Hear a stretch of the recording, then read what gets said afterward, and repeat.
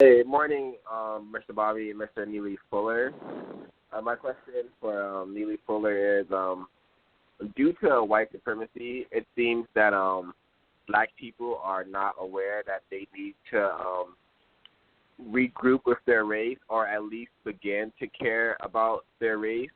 What do you think we can do to get black people to care about their race more? What do I think about black people doing what? What do you think we can do to get black people to care about their race more? Care about what? Their race. Their or race? Just like yeah. Okay. No, we should care about justice. The textbook for victims of white supremacy is not about propping up race of any kind. Black people are not members of a race. Never have been. Black people are just black people. Race is racism. It says that in the textbook, according to compensatory counter-racist logic. Race is racism. If you're a member of a race, you practice racism.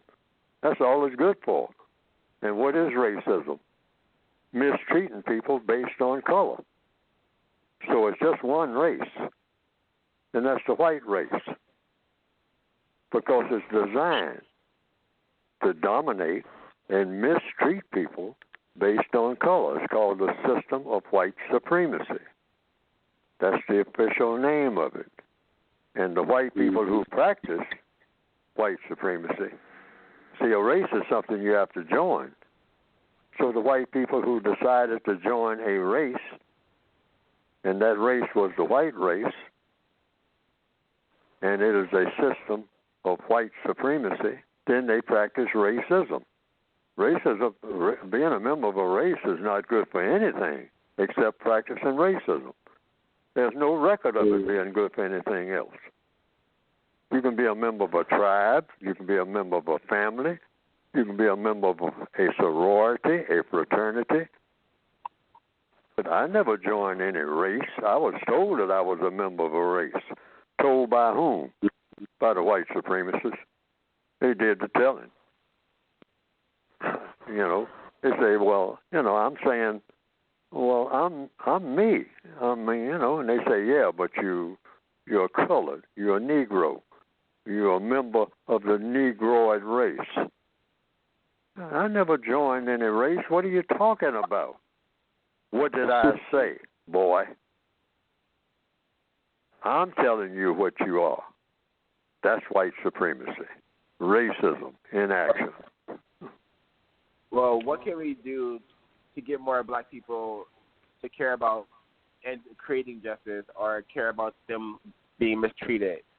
Starting with the textbook for victims of white supremacy and participating in exchanges of views like the textbook itself says, just like we're having now. See, racism, getting rid of racism is just another job. So you ask the question, what are you supposed to be doing while you're on this planet? You're supposed to be solving problems. Solving what problem? The biggest problem that's right in front of you. So if you're a person of color, last time I checked, the biggest problem for a person who has color in his or her skin is something called the system of white supremacy. Now, if there's a bigger problem than that, I want to know what it is, because you always start with the big problems first. Then you work back to the little problems. Okay. He's seen any recent movies that is a good display of white supremacy? No, I haven't, not that I recall. I haven't been seeing any movies at all recently, not on account of the virus. That would be a factor, but just on account of I usually don't go out to the movies. I wait and see them on television because I just don't have time, for one thing. But I haven't seen any movies, in answer to the question, recently that I would recommend, other than the list that I read some months ago. I was supposed to put it on the website. Haven't gotten around to that yet. I still intend to do it. But I don't talk about it anymore because I kept promising to do it, and I wasn't keeping the promise, and that is a code violation big time. I try not to violate the code, but that's a code violation. I have to call it what it is. I said I was going to put it up on the website, and I haven't gotten around to doing it. Okay. Things kept coming up to interfere with that. Mm-hmm. But I still intend to do it. But I haven't seen any movies lately. Someone told me about a movie that came out some time ago called Avatar. So I asked them. I went into the question mode. What's this Avatar about? Describe some of the scenes in it. And what are the lessons of Avatar? And they said, well, Fuller, I think that if you see the movie, you will see a lot of lessons in that movie if you look for them. But I have not seen the movie yet. Okay. I understand it was a real popular movie at the time it came out. I've heard a lot of people say that, but I have not seen it.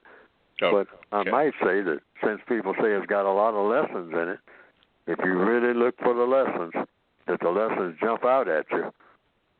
Well, I say any movie that has lessons that cause you to think, everybody should see them. Everybody. Because we need to be taught lessons, the best of lessons and the worst, and taught the difference between the two. All righty. We have come to the conclusion of the first hour of the Counter Racist Code Show with Mr. Neely Fuller, Jr. Thank you for listening. For those who have to go, hopefully we will see you next week. But for those who want to stay, we are going to present the second hour of the Counter Racist Code Show with Mr. Neely Fuller after a 5-second break. And thank you for listening.